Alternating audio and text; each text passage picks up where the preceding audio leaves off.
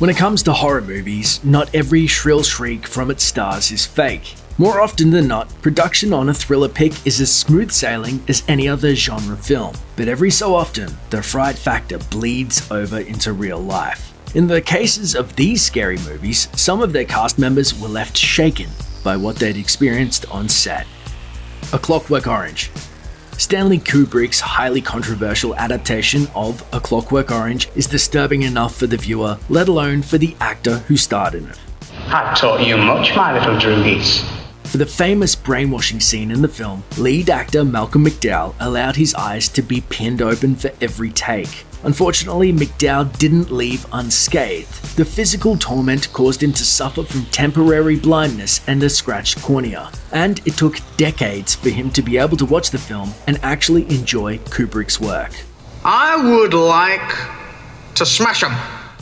The Birds. While filming The Birds, Alfred Hitchcock absolutely tormented his star actress, Tippi Hedren, both on and off set. Through manipulation, sexual slurs, and obsessive behaviors, the notoriously tough director made Hedren live to regret her decision to star in his film. The tipping point for Hedren, though, was when Hitchcock lied about the use of real birds in a particular scene. Instead of the mechanical birds used in the rest of the film, Hedren was duped into acting with live ones that were hurled at her over a week of filming. She left the set bruised, bloodied, and emotionally scarred. They really didn't need 5 days of that. That was just kind of, I don't know what it was, cruelty? It was mean. Psycho. Tippi Hedren wasn't the only one to experience a real fright on the set of a Hitchcock film. Janet Leigh was never quite the same after starring as Marion Crane in Psycho either. She was so traumatized after watching herself in the famous shower scene that she became too afraid to take showers, and from that point forward, only took baths. I don't take showers unless there's no other way to bathe, and in that case, the door is open if there's sliding doors, the curtain is open if it's a curtain, and the door to the bathroom is open so that I can see out. Rosemary's Baby. Mia Farrow went through quite a few traumatizing experiences while working on Roman Polanski's American film debut, Rosemary's Baby. A strict vegetarian, Farrow was asked by Polanski if she wouldn't mind eating raw chicken liver for a scene. Little did she know she would be forced to consume it over and over again for different takes. That's the kind of shooting experience that definitely leaves a bad taste in an actress's mouth. The Blair Witch Project.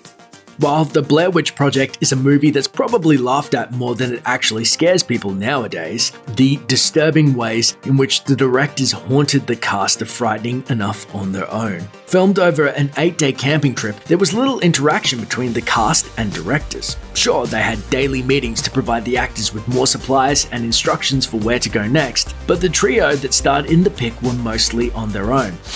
You gotta be kidding me! It's a joke!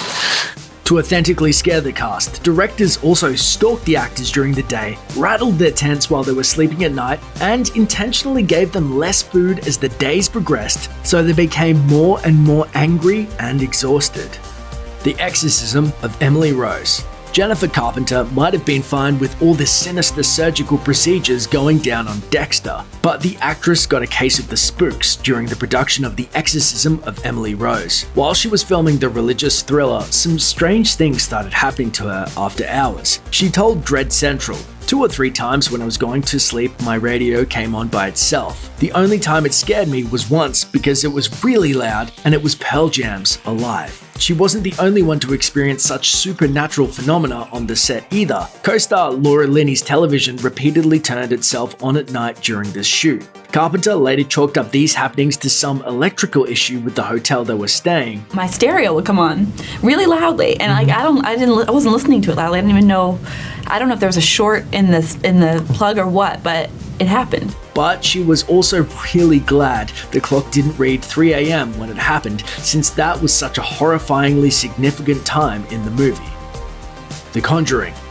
The real-life ghost hunting story of Ed and Lorraine Warren is freaky enough to put anyone on edge, but Vera Farmiga knew very little about her real-life character counterpart before signing the dotted line on The Conjuring and receiving her first paranormal encounter as a bonus. The actress revealed that during her first round of research into Warren's work, she had a brush with the beyond after she hung up the phone with director James Wan.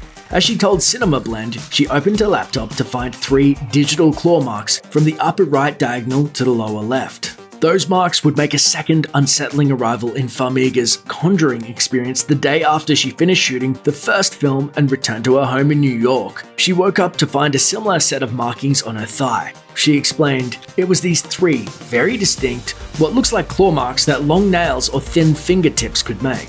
She chose not to give in to fear of the moment and signed on for the second film, which would give a different castmate a case of the creeps. Patrick Wilson was no newbie to the Scream scene before he joined the Conjuring series, but the second installment of his ghost hunting endeavor did freak him out the most. According to him, there was a pretty trippy moment during the production involving a curtain haunting that led the crew to bring in a priest to bless the set.